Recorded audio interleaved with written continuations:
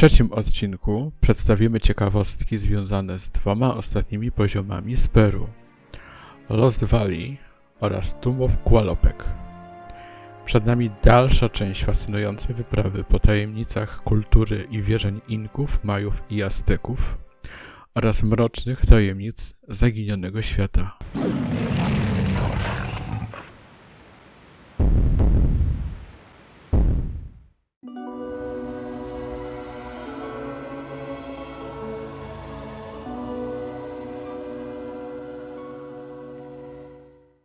Legendarne miasto Vilcabamba było tylko przedsionkiem do odkrycia przez Larę kolejnej fascynującej lokacji, jaką jest Zaginiona Dolina. Zaginiona Dolina w grze Tomb Raider została stworzona w wyniku inspiracji kilkoma dziełami literackimi oraz jednym filmowym. Pierwszą inspiracją jest wydana w 1912 roku powieść szkockiego pisarza Artura Conana Doyle'a Zaginiony świat. Prawdopodobnie do napisania tej powieści przez Doyle'a była fascynacja górą Roraima w paśmie gór Pacaraima, wyżyny gujańskiej w Ameryce Południowej. Natomiast amerykański pisarz Michael Crichton zainspirował się powieścią Doyle'a i napisał swoje dwie powieści: Park Jurajski oraz Zaginiony świat. Na ich podstawie zostały zrealizowane dwie adaptacje filmowe w reżyserii Stevena Spielberga: Park Jurajski 1993 roku oraz Zaginiony świat Jurassic Park w 1997 roku. Skoro mamy w grze Zaginioną Dolinę, to nie mogło w niej zabraknąć dinozaurów. Niewątpliwym królem wśród wymarłych gadów był tyranozaur. Niektórzy naukowcy uważają, że był on także padlinożercą. Wskazują na to jego duże dolne kończyny, które były bardziej przystosowane do długotrwałego chodu niż biegu. I tu można przytoczyć filmy z serii Jurassic Park. Niejednokrotnie bardzo szybko męczył się biegnący tyranozaur. Tyranozaur charakteryzował się nieprzeciętną jak na gady inteligencją. Miał większy mózg od innych dinozaurów, a także wyostrzone zmysły, węch i wzrok. Był aktywnie polującym drapieżnikiem. Z pewnością z racji swojej masywności odganiał mniejsze drapieżniki od zdobytej przez siebie zwierzyny. Nazwa tyranozaur oznacza jaszczur tytan. Ciekawostka dodatkowa. Jeden ze znalezionych przez naukowców szkielet tyranozaura przedstawia szczątki samicy, wokół której odkryto kości młodych osobników. Nie jest to jednoznaczny dowód na to, że tyranozaury prowadziły prorodzinny charakter życia, ale naukowcy wysuwają wniosek, że gady te pilnowały i broniły gniazda. Krótka metryka. Klasyfikacja. Teropody, celulozaury, tyranozauroidy. Długość do 13 metrów. Wysokość do 6 metrów. Masa ciała do 7 ton. Okres występowania późna kreda. Miejsca znalezisk Stany Zjednoczone oraz Kanada. Drugim niebezpiecznym dinozaurem w dolinie jest Velociraptor. Był typowym przedstawicielem dromezaurydów. Niektórzy naukowcy twierdzą, że były to opierzone gady. Niewątpliwa popularność tego dinozaura zaczęła się w 1971 roku, gdy na Gobi polsko-mongolska wyprawa odnalazła zastygłe przed milionami lat szkielety dwóch walczących ze sobą dinozaurów. Jednym z nich był Velociraptor. Drugim stopniem jego kariery był film Park Jurajski Stevena Spielberga. Film przedstawił te gady jako zwierzęta stadne o niezwykłej inteligencji. Nazwa Velociraptor oznacza szybki rabuś. Ciekawostka: większość naukowców wnioskuje, że velociraptory były stałocieplne. Dowodem na to jest ich upierzenie i pokrewieństwo ze stałocieplnymi ptakami.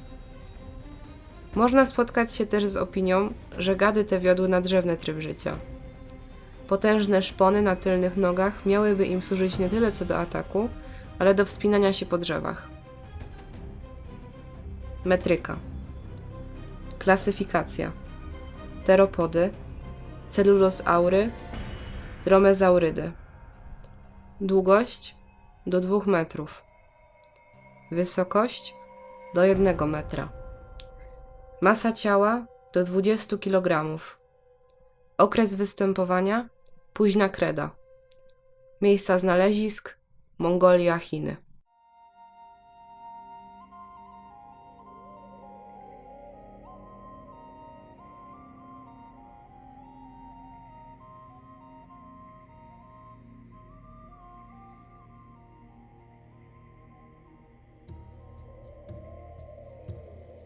W dolinie znajduje się świątynia, a w niej kolejna ciekawostka.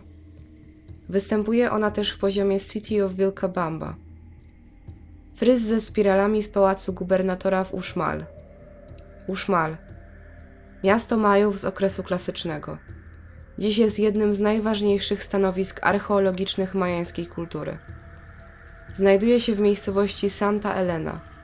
Co ciekawe, nazwa Uxmal znaczy 3-krotnie budowany. Miasto natomiast było w rzeczywistości przebudowywane aż 5 razy. Głównym zajęciem mieszkańców miasta było rolnictwo. Jednak z czasem Uxmal przekształcane było w centrum polityczno-administracyjno-religijne. Warto też zauważyć, że społeczeństwo poza uprawą roli utrzymywało kontakty handlowe z innymi regionami zamieszkałymi przez Majów, skąd importowany był obsydian i bazalt. Pałac gubernatora. Mierzy około 100 metrów długości. Składa się z 3 symetrycznych części. Budowli środkowej, długość 55 metrów, oraz 2 skrzydeł, każde po 15 metrów długości. Do wnętrza prowadzą schody. Archeolodzy nazywają budowlę jednym z najdoskonalszych dzieł architektury prekolumbijskiej Ameryki. Dla rządzących elit pełnił funkcję rezydencji i ośrodka administracyjnego. W poziomie Lost Valley można spotkać na ścianach pewną twarz. Jest to wizerunek majańskiego boga słońca Quinichahana z Kadzielnicy. Quinichahan, w mitologii Majów, stary bóg słońca, władca oblicza słońca. Potomek młodego boga słońca Hunahpu. Majowie obdarzali go największym szacunkiem na tle innych bogów. Pomimo że nie dysponował bezpośrednią władzą, cieszył się wielkim autorytetem Majów. Często wspominali o nim w swoich tekstach, a jego wizerunek umieszczali na wznoszonych budowlach. Według podań Majowie wierzyli, że bez jego wkładu i wsparcia nie byłoby możliwe dzieło stworzenia świata. Dlatego często był traktowany jako ucieleśnienie godności królewskiej. Czasami przedstawiany był jako małżonek prabogini Mam. W tym połączeniu byli czczeni jako pradawna para Słońca i Księżyca.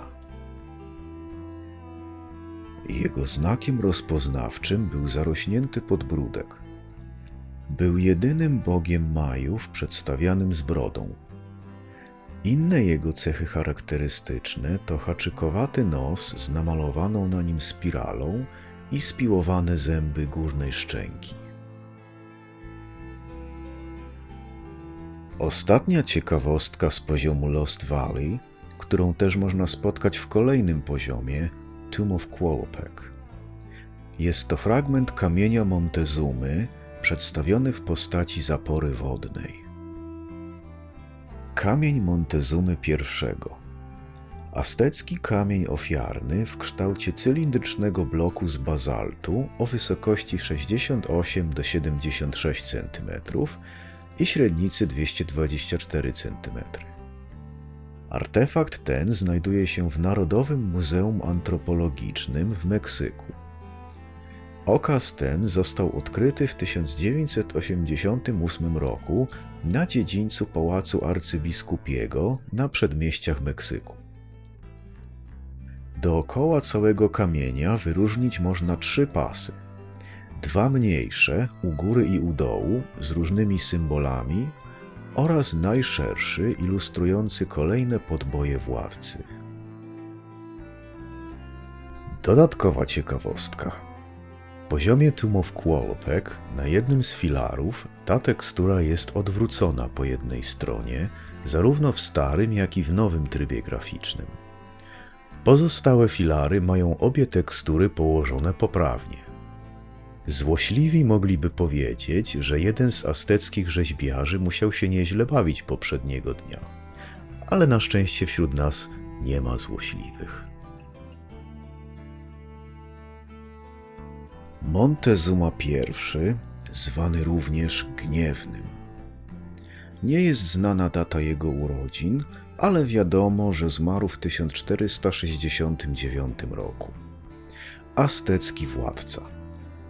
Pozostawał w zawartym przez jego poprzednika bardzo korzystnym dla Azteków trójprzymierzu z sąsiednimi cywilizacjami, miastem-państwem Texcoco i małym suwerennym królestwem Tlacopan. Sojusz ten dzielił 4/5 wszelkich zdobyczy w wyprawach wojennych pomiędzy Azteków i Texcoco, a 1/5 przypadała Tlacopan. Dzięki temu układowi małe państwo przekształciło się w przywódcę największego sojuszu militarnego w całym regionie.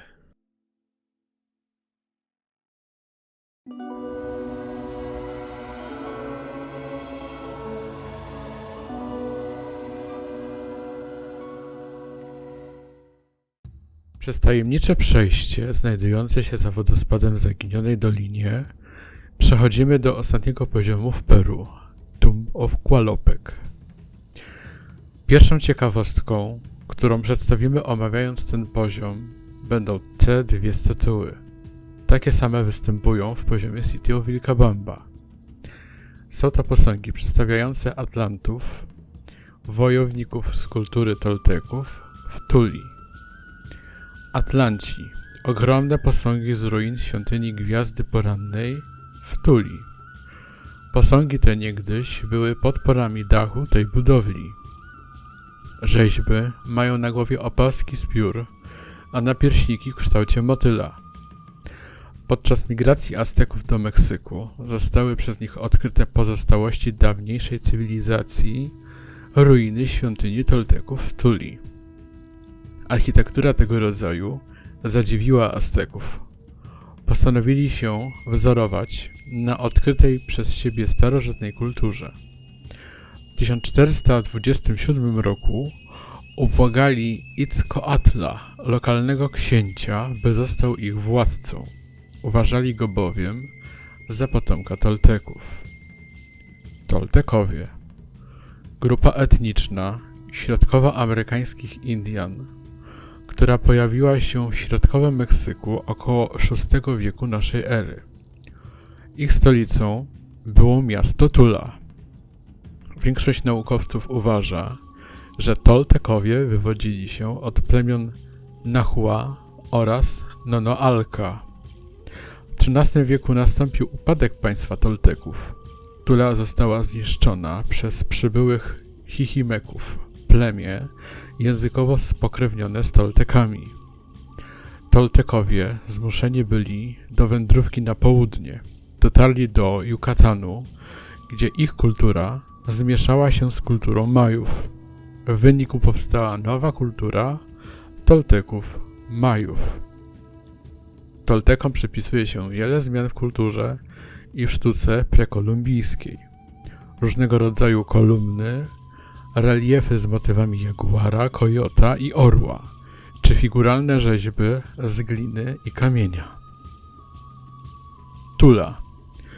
Główną budowlą tego stanowiska archeologicznego jest 5-stopniowa piramida ze świątynią Quetzalcoatla, której strop przytrzymywały 4 monumentalne posągi Atlantów. W Tuli znaleziono wiele cennych rzeźb i ceramiki. Pół żartem, Lara była pod ogromnym wrażeniem tych posągów. Zamówiła 2 wierne kopie Atlantów i umieściła je w swojej posiadłości w labiryncie w drugiej części Tomb Raider.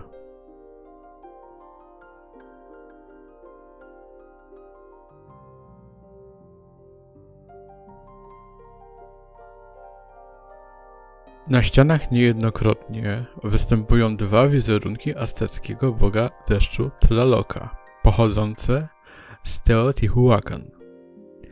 Teotihuacan, stanowisko archeologiczne znajdujące się na północnym wschodzie od miasta Meksyk. Nazwę miasta można przetłumaczyć jako miejsce, z którego pochodzą bogowie, miejsce, gdzie rodzą się bogowie, lub miejsce, w którym ludzie stają się bogami. Legendy głoszą, że miasto zostało zbudowane przez olbrzymów zwanych Quinamentin.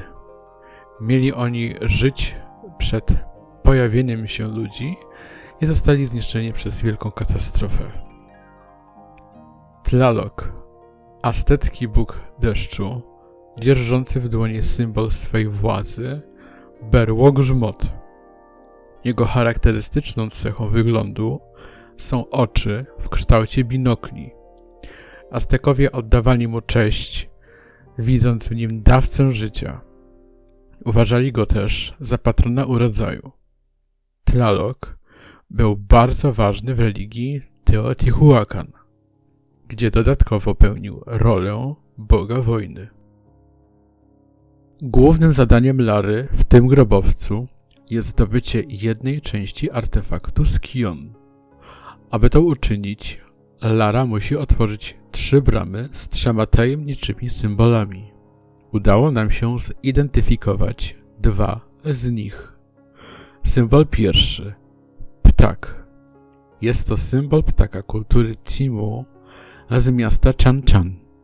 Timu, państwo istniejące od około IX-XI do XV wieku w Ameryce Południowej nad brzegiem Oceanu Spokojnego. Zostało podbite przez Inków w 1470 roku. Stolicą państwa Timu było miasto Chan-Chan. Chan-Chan, największe miasto epoki prekolumbijskiej na terenie Ameryki Południowej. Miasto powstało około 850 roku i było stolicą imperium Timu, cywilizacji wywodzącej się z cywilizacji Mochika. Miasto zostało wybudowane z glinianej cegły adobe, suszonej na słońcu i pokrytej lekkim tynkiem, w którym rzeźbione były ornamenty, głównie ptaki, ryby, małe ssaki. Zwierzęta były przedstawiane w sposób realistyczny oraz bardziej wymyślny. W 1986 roku Chan-Chan zostało wpisane na listę Światowego Dziedzictwa UNESCO. Pozostałości tego miasta obecnie są poważnie zagrożone erozją przez ulewne deszcze wywoływane w tym rejonie przez El Niño. Symbol drugi przedstawia jeden z wielu glifów kultury majańskiej. Niestety nie udało nam się ustalić nazwy tego symbolu w żadnej publikacji książkowej. Jednak mamy pewność, że istnieje i jest to glif z kamiennej steli z piramidy Nohochmul w mieście Coba, Quintana Roo. Quintana Roo jest najmłodszym stanem Meksyku, który powstał dopiero w 1974 roku. Coba jest wioską położoną około 45 km na zachód od Tulum. Zamieszkana jest przez ludność majańską. Słynna jest przede wszystkim ze strefy archeologicznej o tej samej nazwie. Nohochmul, inaczej Wielki Kopiec lub Wielka Piramida. Jest to największa piramida Majów na Yucatanie. Mierzy 42 metry wysokości. Została wybudowana w okresie klasycznym dla uczczenia władców Coba. Na szczyt tej budowli prowadzi 120 stopni prowadzących przez 6 tarasów. W miejscach, gdzie należy stawiać kroki, wyrzeźbiono znaki muszli. Na szczycie piramidy znajduje się świątynia w niewielkim ołtarzem ofiarnym. O trzecim symbolu wspomnimy z sekcji niezidentyfikowanych obiektów pod koniec tego odcinka. Relief upierzonego węża z Chichen Itza. W poziomie Tomb of Qualopec na ścianach występuje relief upierzonego węża z Chichen Itza. Upierzony wąż, grzechotnik, był dla Majów symbolem Plejady, 7 ciał niebieskich. Była to też jedna z postaci, pod którą objawiał się Kukulkan, Bóg i władca 4 żywiołów: ziemi, wiatru, wody i ognia. Był uznawany także za Boga odrodzenia i zmartwychwstania.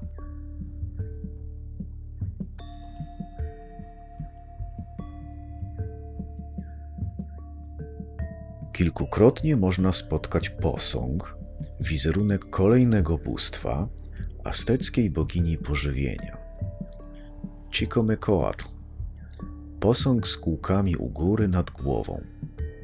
W mitologii Azteków jedno z bóstw pożywienia, w szczególności kukurydzy, ale także płodności, żeński odpowiednik boga Senteotla. Była przedstawiana z pomalowaną twarzą. Zazwyczaj trzymała w jednej ręce kolbę kukurydzy, a w drugiej kołatkę. Przedmiot prawdopodobnie służący do celów religijnych. Czasami przedstawiono ją jako boginię matkę ze słoneczną tarczą lub kobietę, która przynosiła śmierć w swoich objęciach. Omówimy teraz ciekawostkę, którą ominęliśmy w poziomie Caves, gdyż pojawiła się także w poziomie Tomb of Qualopec. Jest to owinięta w liny mumia. Wiąże się z nią bardzo kontrowersyjny i brutalny obrządek wywodzący się z kultury Majów. Mumia z Chulpy.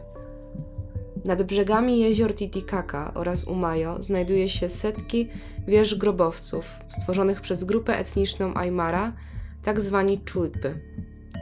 Te tajemnicze grobowce mają nawet do 10 metrów wysokości. Budowane w postaci kanciastych lub okrągłych grobowców. W ich kształtach można dostrzec duże podobieństwo do budowli, które były wznoszone przez późniejszych Majów. Wierzono, że Chulpy są dla zmarłych jak dom. Największe grobowce przeznaczane były do pochówku zamożnej i wysoko urodzonej części społeczeństwa.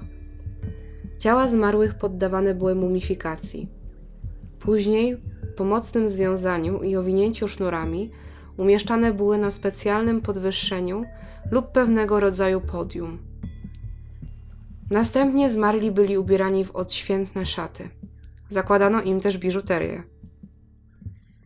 Na tym ceremonia pogrzebowa nie kończyła się. Jednym z towarzyszących obrządków było uśmiercanie i spalanie od 10 do 20 lam. Także członkowie rodziny i służący zmarłego musieli iść na śmierć, by dalej służyć mu w zaświatach. Zabijano ich lub zamurowywano razem z mumią. Umieszczany był wraz z nimi także majątek zmarłego.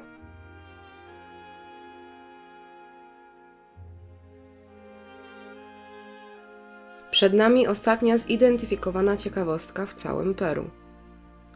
Wspomnieliśmy o niej przy omawianiu ciekawostek z poziomu City of Vilcabamba.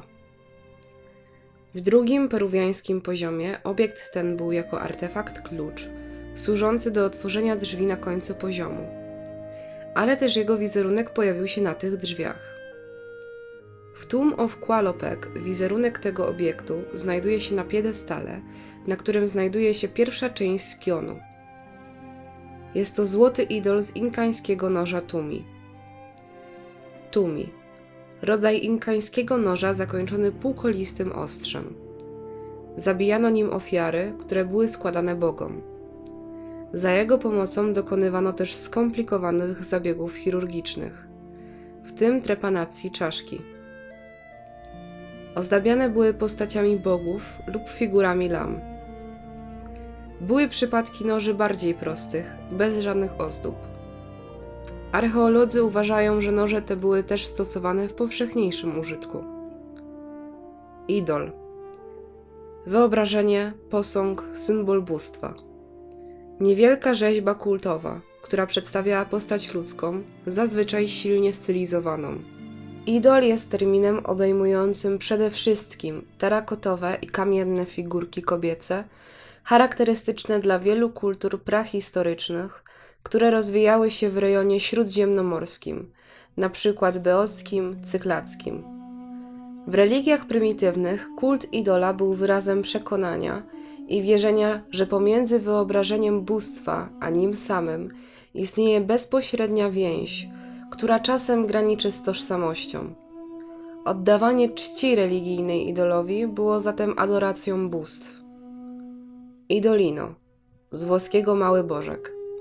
Słynna figura z brązu. Przedstawia spokojnie stojącego chłopca.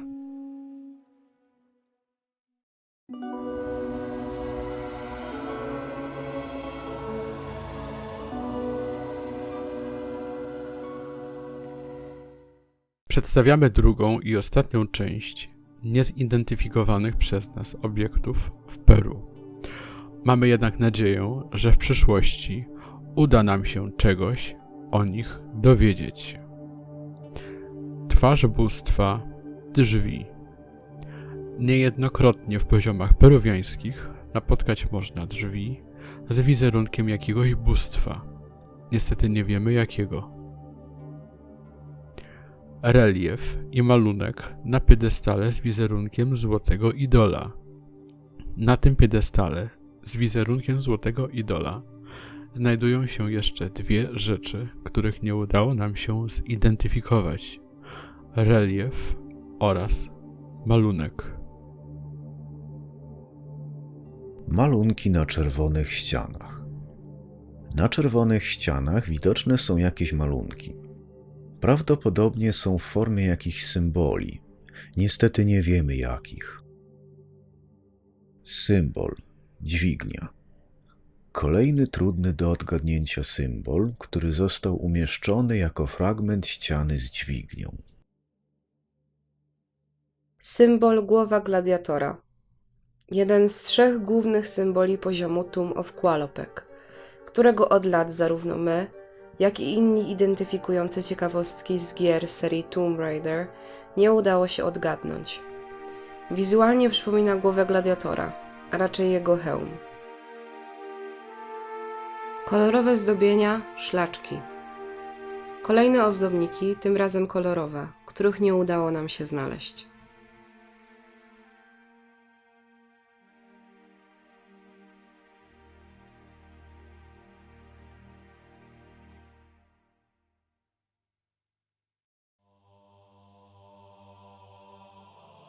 W 4. odcinku zanurzymy się w cieniste ruiny starożytnej Grecji, gdzie Lara Croft staje oko w oko z dziedzictwem mitologii i architektury sprzed tysiącleci.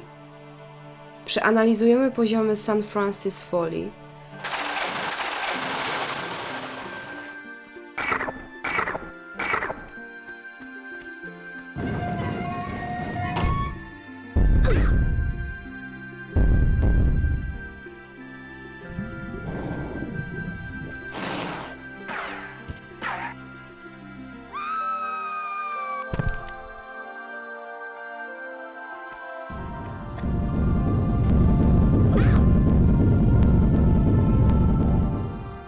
i Colosseum.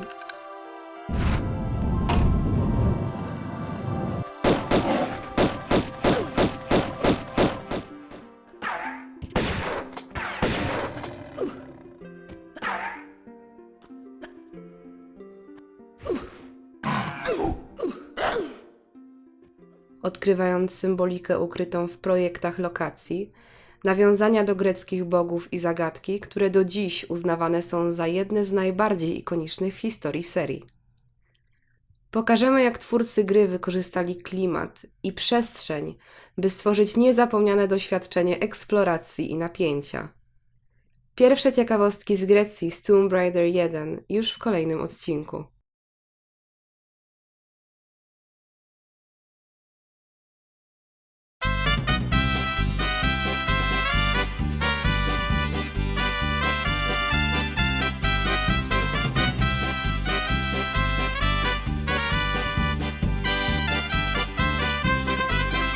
Okaz ten został odkryty w 1988 roku na dziedzińcu pałacu arkubiskupiego.